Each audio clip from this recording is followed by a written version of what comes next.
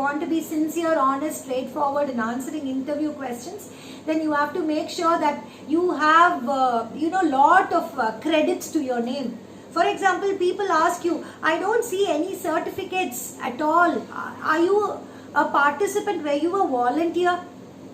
Then what answers will you give? If you don't participate in a lot of competitions, involve yourself in a lot of activities, then you will not be in a position to answer people anything. You got it? So all this proactively you should be prepared. That's the first part of our selling skills that I would like to give you. Next, so a little elaborately, if you ask me to go a little deeper into selling skills, okay, I would tell you the importance of presentation skills. Okay, so all the 3 years of your college, you are going to do wonderful presentations, your viva, your seminar, your assignments, whatever it is. That presentation skill is an essential part of you.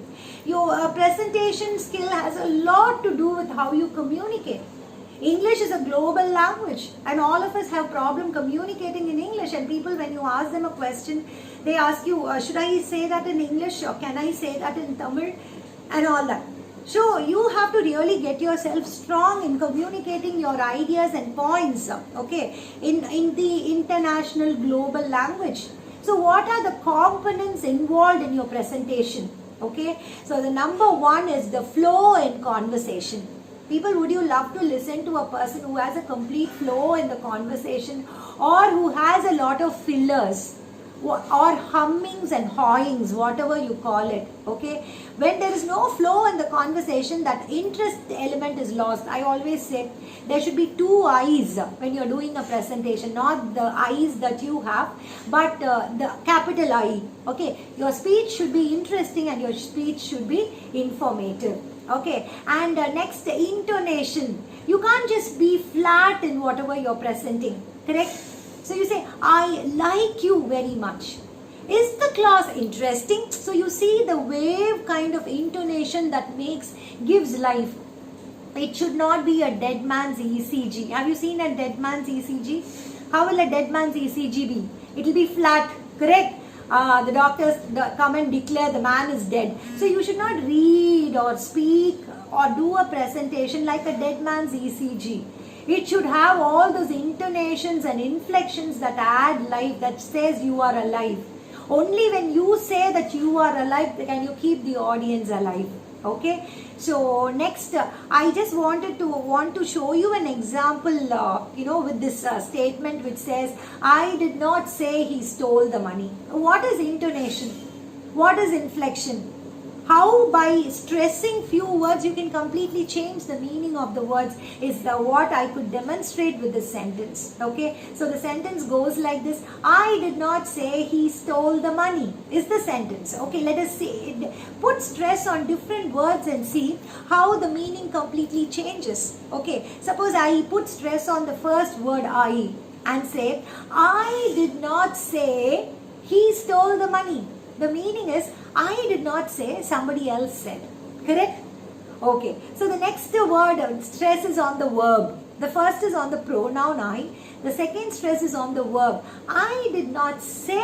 Maybe I wrote it down or I hinted at it indirectly, but I did not say. Okay. Third stress says, I did not say he stole the money. What is the meaning of when the stress falls on he? It means somebody else stole. He did not steal the money. I did not say he stole the money. Now the stress is on stole, which means he didn't steal the money. He actually borrowed it. He asked for it and he took it and went. Okay. And the last word, I did not say he stole the money. Now here, he did not steal the money, but he stole something else.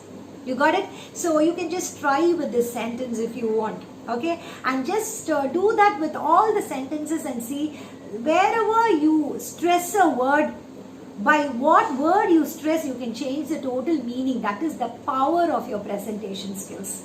So whatever is important, when you stress it, your audience will be able to see it. Okay, what you don't stress, people think it is not important. People, you have to be here on time. When I say on time, the stress falls on time, and you know that punctuality is important. So that is the power of presentation skills. Okay, yes. So the above components are exercised. Okay, flow and conversation, intonation, inflection, these all could be exercised. Okay, by the above components are exercised naturally by a person when he or she works on 2 soft skills. Okay, so what are the 2 soft skills? Courtesy and confidence. So how should your presentation be, people? It should be very, very courteous. There should be no disrespect. Okay, and the second one is you should be appear very, very confident. Only when you are ready with the content, you know what you are going to speak, you will be confident. Otherwise, there will be no confidence. Unless until you practice your presentation, you will not be confident about your presentation. I take this opportunity, okay, to invite each and every one of you to participate in every extracurricular activity that the college offers. These 3 years are given to you to mold yourself, polish. Already you are all diamonds, okay, you are all precious. All that you have to do all through your college years is to polish it so that you could shine better and you could shine best. Okay, so here I always say, presentation, these are the important factors. Okay, so keeping all that in mind, we move on to the next part, which talks about presentation skills again. Okay, talks about how to open your presentation and close your presentation. I always talk about the sandwich model. Have you seen a sandwich? You have a top layer, you have a bottom layer, and you have this meaty stuff in between both the layers. You got it? So your speech, your presentation should also be like a sandwich. Okay, so you should open the call courteously. You should open any presentation courteously. How do you open a presentation courteously? You open it by greeting people. You say good morning, good afternoon, good evening, whatever the part of the day is. You greet people. Don't wait for people to greet you. You first greet people. Okay, and next what you do is you introduce yourself. Okay, and next what you do is introduce your company. It is given company here. What you should say, you should introduce your product. What is your viva about? What is your seminar about? What is your presentation about? So first you greet the organizer, the professor, the authority who stands sitting before you. Next, you introduce yourself. Don't take it for granted. People know who you are. Okay. Third, introduce whatever your topic is. So this is how you beautifully give an opening start to your presentation. In any call, opening should always be a blend of courtesy. So whenever you do a presentation, it should be a blend of respect that you show for people, as well as people should be able to see your confidence. You have to, that's what it beautifully says, confidently you have to do a courteous opening. That is exactly how you open your presentation. Okay, so how do you close your presentation is acknowledge the customer's time, acknowledge the professor's time, acknowledge the organizer's time.